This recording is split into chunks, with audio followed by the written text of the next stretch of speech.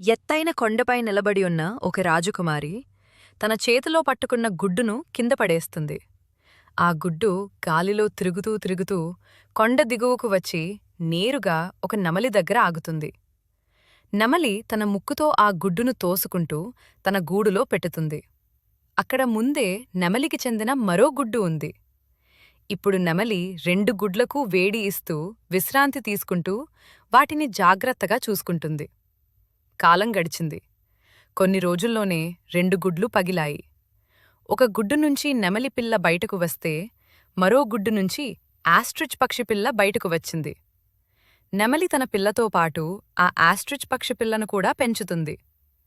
ఒకరోజు నెమలి 2 పిల్లలను తీసుకుని తిరుగుతుండగా అప్పుడు ఒక ఆస్ట్రిచ్ పక్షి తల్లి అక్కడికి వచ్చి చిన్న ఆస్ట్రిచ్ పక్షి పిల్లను తనతో పాటు తీసుకెళ్తుంది.